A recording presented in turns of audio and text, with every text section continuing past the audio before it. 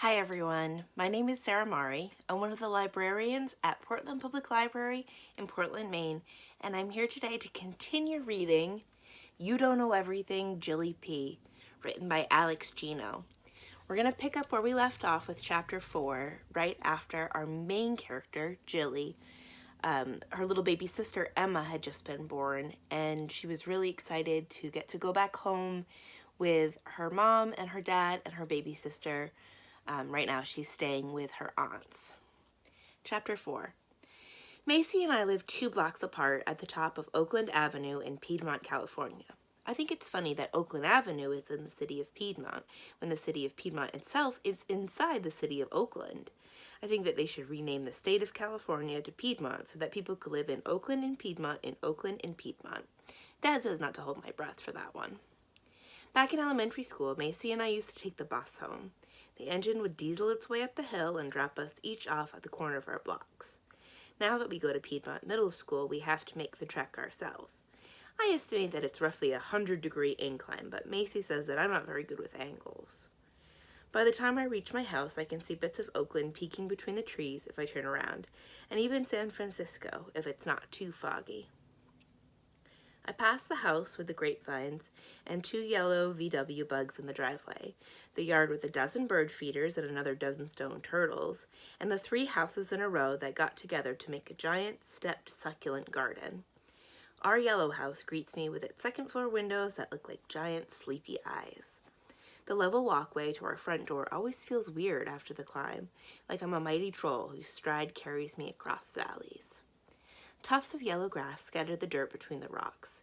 It's been another year of drought, but even when there isn't a ban, we never water our grass. Dad said that water is a precious commodity and it should be used for food-bearing plants.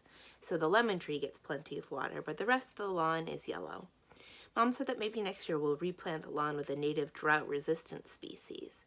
Dad says that she's been saying that since they bought the place.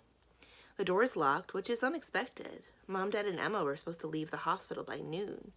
Even more unexpected, the lights are off inside and the house is empty. I check my phone and there's a voicemail from Dad. Not a text like he usually sends, but an actual voicemail. He only calls if there's really good news or really bad news, and I already know the really good news. I tap the message icon on my screen. Jilly, it's Dad. We're held up here a little later than we expected. Brief awkward chuckle. Everything's fine, just, running a few tests to make sure Emma's shipshape before they ship us out. Order from Polly's for dinner. You know where the cash is.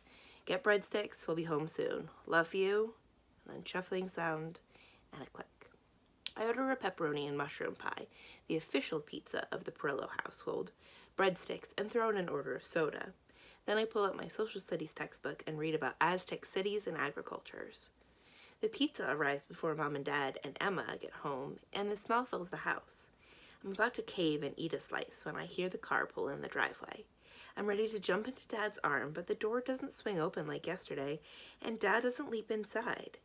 Instead, he holds the door for Mom and follows her in, toting Emma in her car seat. Mom's hair is pulled back into a ponytail. Her eyes are red, and her face is as pink and splotchy as Emma's. She looks like breathing is taking a lot of her concentration. She heads right to the couch. Welcome home, Emma, Dad says, more quietly than I might have expected. He sets Emma's car seat down on the couch. Next to the couch. What happened? I asked. What's wrong? Dad opens his mouth a few times before speaking. She failed the hearing test.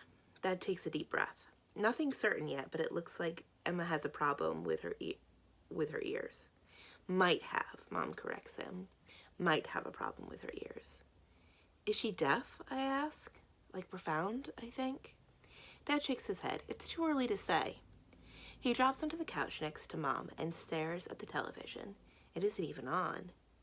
The pizza's still in the kitchen and I'm still hungry, but Mom and Dad don't look like they're budging.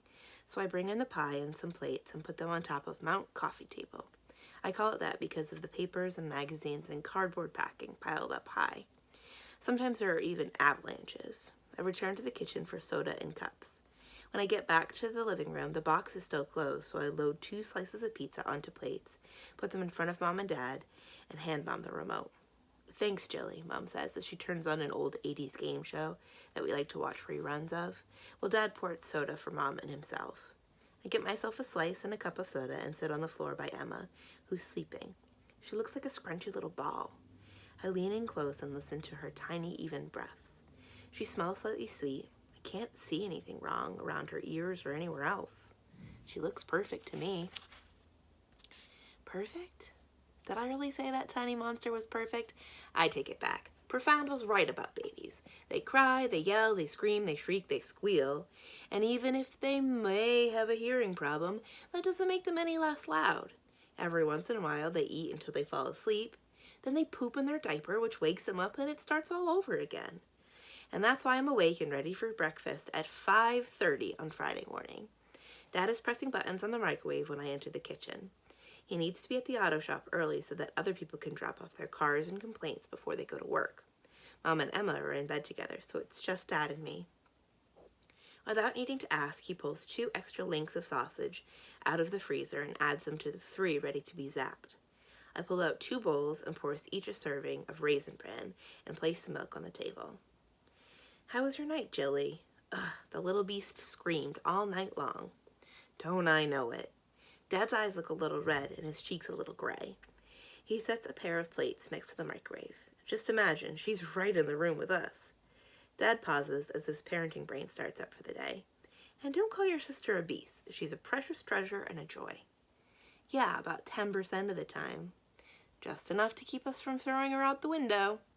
Dad and I both laugh, but then he adds in a whisper, Don't tell your mom I said that. The Perillo family has always prided itself on its sense of humor, but this week has been pretty joke-free. Mom looks so ready to crack that I've been afraid to crack a joke. Dad has been keeping it tame too. He hasn't called Mom PP once. Calling her by initials has always been one of his go-to when he wants to get on Mom's nerves. He certainly hasn't told her, You're in my heart, and Mom hasn't pretended to faint when he's taken off his work boots at the end of the day. Even when she was super pregnant, she was at least tossing her head back, like the stench had punched her in the nose. Dad kisses me on the top of my head when he's done eating and drops his dishes in the sink, then heads off to work. Emma wakes up after that. Mom makes herself toast and settles on the couch to feed Emma. They're both asleep before I head to school. Aunt Alicia and Aunt Joanne said that things will never be the same. But when do they at least get good again? Chapter 5. Mom is sleeping on the couch when I get home from school. One arm drapes across her chest while the other hangs down. Emma is below, asleep in her bouncer seat. Several plates with crumbs and streaks of ketchup form a top layer of Mount coffee table. I gather them into a pile and drop them into the kitchen sink. I make myself a JPP&J and go to my room to log on to Delacorte. I've only been online a few times this week with Emma around, and not once when Profound was in the chat room. I want to tell him that my baby sister is deaf. I'll even capitalize it. I know that he likes that. Jilly P has entered the chat. Hi, Jillian P. Bad is great. Delacorte fan 413, Profound in Oaktown, and Pure Green Elven Girl are already here. Pull up a chair or a giant clamshell if you're a mer creature and join in. Jillian P. Guess what, Profound? Profound in Oaktown. You have a brain-sucking leech that makes you think that Othar is destined to be with Gwynella? That is great. Hey, Jay. Jillian P. You're never going to believe it.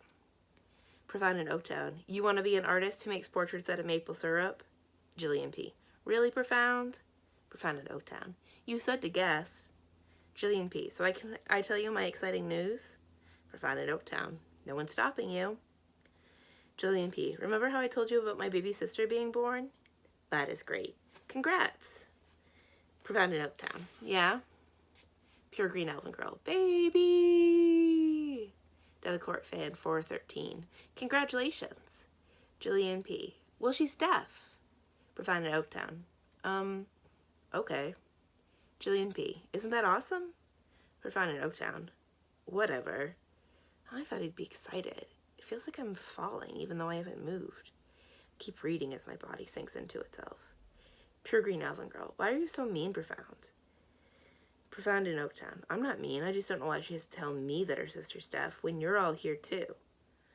That is great. Maybe she thought that you'd be happy to know about another deaf person in California. Profound in Oaktown. I go to the California School for the Deaf. All I know are deaf people. Delacorte fan 413. I don't mean to be rude, but is a deaf baby really a thing to be happy about? Profound in Oaktown. Yes. I hella can't believe you people. A deaf baby is beautiful. Delacorte fan 413. Of course, I just mean, you know what I mean, right? Bad? Elven girl? Help me out. Bad is great. Good luck, dude.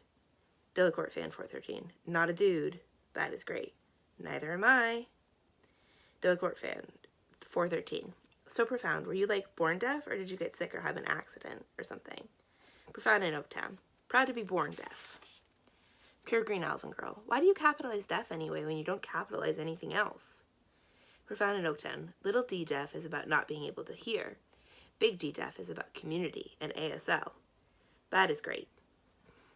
What does that stand for? Awesome secret limbs? I know the answer to that one, but I'm afraid I'll say something wrong, so I don't type anything. Pure green elven girl. Seriously? It's American Sign Language. Bad is great. Why should I know that? I'm Canadian. Pure green elven girl. So, I bet they use ASL there too. I mean, it's North America, and you already talk English. That is great. Except in Quebec, they speak French there. Profound in Oaktown. Then they probably use LSF, French Sign Language, not laser sharp farts, or however you say that in French. Bad is great. So there are different sign languages in different countries? Profound in Oaktown. Of course. Do all hearing people use the same language? Bad is great. Point. Delacorte. So what's it like? A Delacorte fan 413. So what's it like being deaf? Profound in Oaktown. I could ask you, what's it like being hearing? I bet you couldn't tell me other than I hear stuff. Well, I don't. Delacorte fan 413. I didn't mean to hurt your feelings. Profound in Oaktown. I'm just sick of questions like that. When did this chat room become ask a deaf kid a question? Pure green elven girl. Profound is right for once. This is Delacorte. We're here to talk about Vidalia, remember? Profound in Oaktown. Never thought I'd say this, but thank you, elven girl. Pure green elven girl. So profound. Did you know that Vidalia and swords make a noise when they hit each other? Wink face. Profound in Oaktown. Shut up. Pure green elven girl. Why don't you come through the internet and make me? Profound in Oaktown. I don't need to. I'm just going to tell you about my theory that Prince Arthur is a spy for the Cruel Crimsons. Pure green elven girl. No! I can't listen to this again. I'd rather do my homework. I'm out. Pure green elven, profound in Oaktown. So, about Arthur. Pure green elven girl has left the chat. Profound in Oaktown. Okay, she's gone. Delacorte 413. Wait, Arthur's a spy? Profound in Oaktown. No, he's just a bougie, spoiled brat. But elven girl hates when I bring it up, so I do. Profound seems fine after that, but I still feel kind of bad. I didn't realize that it was rude to tell him that Emma is deaf. And I'm still not sure I understand why. I mean, if someone in Young Vidalians had a baby sister named Jillian or something, I'd think that was cool. And again, having the same name as someone really isn't the same as them both being deaf.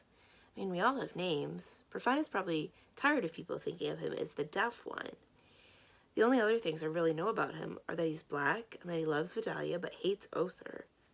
I make a promise to myself to learn at least one other thing about him this weekend. And that's where we're going to stop today. We'll pick up tomorrow with chapter 6. We've been reading You Don't Know Everything, Jilly P by Alex Gino. Once again, my name is Sarah Mari. I'm one of the librarians at Portland Public Library in Portland, Maine, and I hope to see you all again soon. Bye!